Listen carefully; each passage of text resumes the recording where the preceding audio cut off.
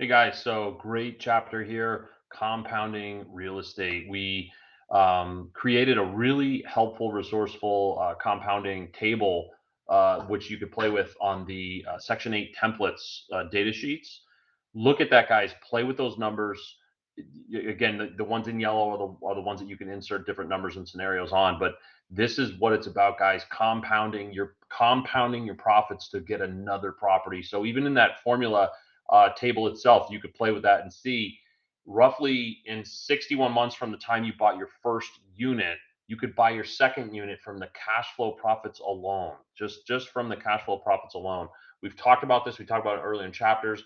We talk about it in our video that we had, but this is a really eye-opening way to look at real estate and to understand how you can really invest to change the trajectory of your life and definitely of your net worth. Um, what we're doing in compounding is you're taking not just the cash flow, which are the realized gains. You want to also look at the unrealized gains, and that's why I say by what we do by taking the cash on cash approach to looking at this is almost the most simplistic way and most simplistic financial measure in real estate investing to look at because it's not taking into account a lot of the other variables. And a lot of those other variables are the positives. And I talked about that earlier too. But we do that on purpose. We do that for the conservative model. We do it so that way we're not overcomplicating or overanalyzing deals. We're not advocates of that. But in this chapter, we do want to kind of overanalyze at this point and just look at the whole thing. Look at the macro view of this in its totality of what's happening. So we got the realized gains, which is the cash flow. It's the money in your pocket today. Then we have the unrealized gains, which is the principal pay down and the property appreciation. We don't even touch on depreciation. We don't even touch on that and how that adds value and how that helps on your taxes, of course. So depreciation is something that is insanely valuable. But right now, we're just focusing on these three variables. So we got the recognized gains, which is cash flow. We have the unrecognized gains, which is going to be appreciation of your property, and it's going to be the principal pay down, which, by the way, that principal pay down, keep in mind the government and your tenant are doing that for you. And the cash flow is whatever sprinkles on top as well. And that's why we just look at that cash on cash.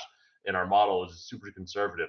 When you start looking at compounding, you're going to realize when you have a cash flow of properties, just say a COC of maybe 7, 8%, if you step back further and look at what is going on with the unrealized gains, with the principal pay down and the appreciation, and suddenly you're looking at a 22 to 25% total ROI. Now that's taking the unrealized gains and the realized gains and combining them. But that's what it's about, guys. And that's what compounding and that's what this chart is about. You're going to look at that. And then you're going to get to a point also, like I said, so it's 61 months or so on the example one that you could plug and play. You're buying your next property, then it goes to like 82 months from the time you bought your first, then it goes to like 95 months from the time you bought your first, and it just compounds from there. Keep in mind though, guys, you could do the refi like we just talked about in the previous chapter and accelerate this even faster. And once you get to 3, 4 properties, you will eventually get to a point where almost every 6 months you could be buying another property from the cash flow alone, not from you saving and not from you worrying about your other job.